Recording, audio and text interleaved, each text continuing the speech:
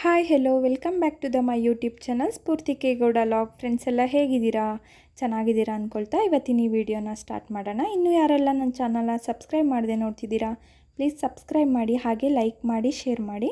ನಾನು ಇವತ್ತು ನಿಮಗೆ ಒಂದು ಆರೋಗ್ಯಕರವಾಗಿರೋಂಥ ಡ್ರೈ ಫ್ರೂಟ್ಸ್ ಮಿಲ್ಕ್ ಶೇಕ್ ಮಾಡೋದು ಹೇಗೆ ಅಂತ ತೋರಿಸ್ಕೊಡ್ತಾ ಇದ್ದೀನಿ. ಬನ್ನಿ ನೋಡ್ಕೊಳ್ಳೋಣ. ನಾನಿಲ್ಲಿ 1 ಬೌಲ್ನಷ್ಟು ಹಾಲನ್ನ ಕಾಯಿಸಿ ಆರಿಸಿ ತೊಗೊಂಡಿದ್ದೀನಿ.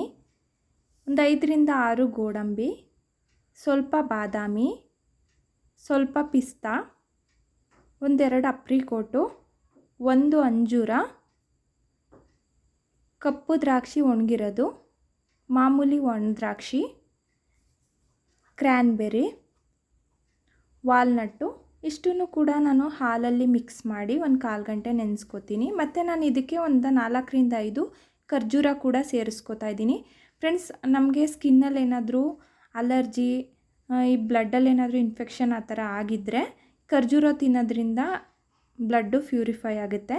ನಿಮ್ಮ ಹತ್ರ ಯಾವ ಡ್ರೈ ಫ್ರೂಟ್ಸ್ ಇರುತ್ತೆ ಅದನ್ನು ಯೂಸ್ ಮಾಡಿಕೊಂಡು ನೀವು ಮಿಲ್ಕ್ ಶೇಕ್ನ ಮಾಡ್ಕೋಬೋದು. ನೋಡ್ತಿದ್ದೀರಲ್ಲ, ನಾನು ಒಂದು 1/4 ಗಂಟೆ ಹಾಲಲ್ಲಿ ಡ್ರೈ ಫ್ರೂಟ್ಸ್ ನೆನೆಸ್ಬಿಟ್ಟು ಒಂದು ಮಿಕ್ಸಿ ಜಾರ್ಗೆ ಸೇರಿಸ್ಕೊತಾ ಇದ್ದೀನಿ. ಈ ರೀತಿ ನೆನೆಸಿ ಹಾಕ್ಕೊಳ್ಳೋದ್ರಿಂದ ನುಣ್ಣಗೆ ರುಬ್ಕೋಬೋದು. ಮತ್ತು ಇದಕ್ಕೆ ನಿಮಗೆ ಇಷ್ಟವಾದ ಯಾವುದಾದ್ರೂ ಫ್ರೂಟ್ಸು ಕೂಡ ಸೇರಿಸ್ಕೋಬೋದು. ನಾನಿಲ್ಲಿ ಒಂದೆರಡು ಪಚ್ಚಬಾಳೆಹಣ್ಣು ಸೇರಿಸ್ಕೊತಾ ಇದ್ದೀನಿ. ನೀವು ಮಕ್ಕಳಿಗೆಲ್ಲ ಕೊಡೋದಾದರೆ ಏಲಕ್ಕಿ ಬಾಳೆಹಣ್ಣು ಕೂಡ ಸೇರಿಸ್ಕೋಬೋದು.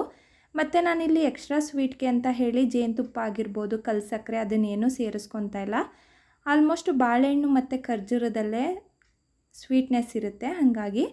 ಮತ್ತು ಇದಕ್ಕೆ ನಾವು ರುಬ್ಬಕ್ಕೆ ನೀರನ್ನ ಕೂಡ ಸೇರಿಸ್ಕೋಬಾರ್ದು. ಬೇಕಿದ್ರೆ ಎಕ್ಸ್ಟ್ರಾ ಬೇಕು ಅಂದರೆ ಹಾಲನ್ನ ಸೇರಿಸ್ಕೋಬೇಕು.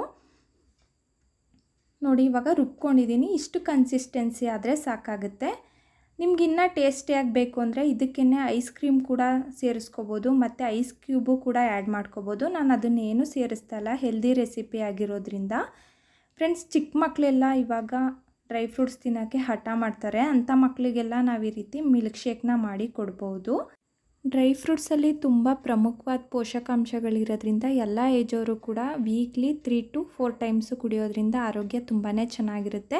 ಈ ವಿಡಿಯೋ ನಿಮಗೆಲ್ಲ ಇಷ್ಟ ಆಗಿದೆ ಅಂದ್ಕೊಳ್ತೀನಿ. ನೆಕ್ಸ್ಟ್ ವಿಡಿಯೋದಲ್ಲಿ ನಾನು ಸಿಗ್ತೀನಿ. ಈ ಶೇಕ್ನ ಹಸ್ಬೆಂಡ್ಗೆ ಕೊಟ್ಟು ಯಾವ ರೀತಿ ಇದೆ ಅಂತ ಕೇಳೋಣ ಬನ್ನಿ.